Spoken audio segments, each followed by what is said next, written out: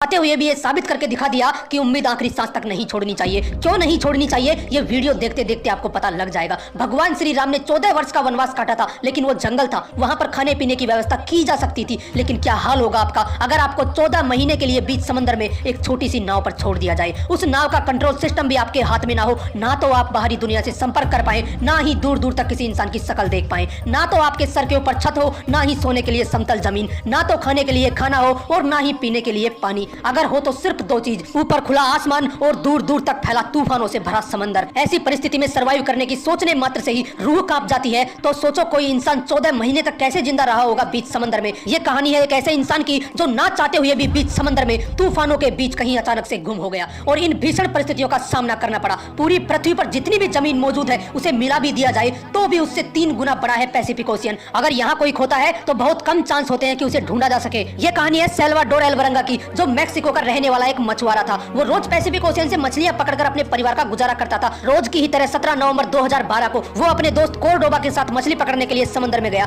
जिस नाव में बैठकर वो मछली पकड़ने जा रहे थे वो 7 मीटर लंबी थी। वो नाव ऊपर से पूरी खुली हुई थी, मतलब कि उस नाव के ऊपर कोई छत नहीं थी। उस नाव के अंदर सिर्फ एक छोटा सा आइस बॉक्स था जिसमें वो मछली पकड़कर रखते थे और उस नाव को चलाने के लिए एक छोटी मोटर लगी हुई थी। उन्हें इस बात का अंदाजा हो चुका था कि तूफान आने वाला है, लेकिन मछलियां पकड़ने के लिए वो फिर भी समंदर में उतरे और रिस्क लेकर किनारे से 120 किलोमीटर दूर पैसिफिक ओशियन की तरफ बढ़े। रात के करीब 1 बजे वो समुद्री तूफान की चपेट में आ गए।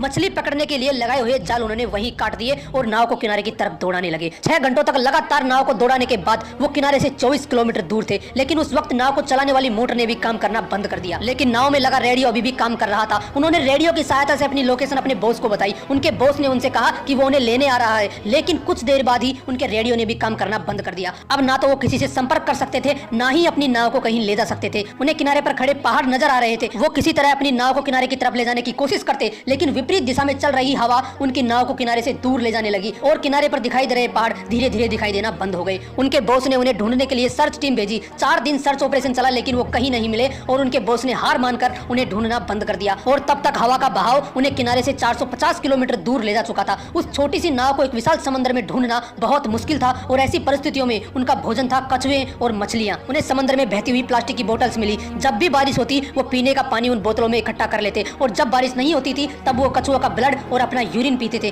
ताकि उस विशाल काय पैसिफिक ओशियन में अपने आप को जिंदा रख सके। सोचो उस समय उनकी क्या हालत हुई होगी। अगर वो किसी को आवाज लगाना भी चाहें तो मीलों दूर तक उनकी आवाज सुनने वाला वहां कोई नहीं था। और ऐसे ही 4 महीने गुजर गए, लेकिन उन्हें कोई नहीं खोज पाया। और 4 महीने बाद एल्वरंगा के दोस्त कोर्डोबा ने जीने की उम्मीद छोड़ दी और इस वजह से उसने खाना पीना बंद कर दिया। अब धीरे धीरे उसका शरीर कमजोर पड़ने लगा। उसका शरीर इतना कमजोर हो गया कि उसी नाव में उसकी मृत्यु हो गई। सोच कर देखो उस समय क्या गुजरी होगी एल्वरंगा पर, जब उस विशाल काय समुद्र में उसका इकलौता साथी उसे हमेशा के लिए छोड़कर चला गया। अब उस विशाल पैसिफिक ओशियन में एल्वरंगा बिल्कुल अकेला था। दोस्त की मौत के 4 दिन बाद एल्वरंगा ने भी जीने की उम्मीद छोड़ दी और सुसाइड करने के बारे में सोचा, लेकिन एल्वरंगा ने ऐसा नहीं किया और फिर से परिस्थितियों से लड़ने की सोची और सरवाइव करता रहा। लगभग 8 महीने बाद एक कार्गो शिप वहां से गुजरी। एल्वरंगा ने वहां से खड़े होकर इशारे भी किए, लेकिन नाव छोटी होने के कारण किसी का भी ध्यान उसकी तरफ नहीं गया और शिप सीधा निकल गया। महीनों से वो जिस घड़ी का इंतजार कर रहा था वो आखिरी उम्मीद भी उसके बहुत करीब से निकल गई। सोचकर देखो उस समय उस पर क्या गुजरी होगी। वो फिर से उसी समुद्र में अकेला रह गया। 11 महीने के अंदर वो उसी छोटी सी नाव से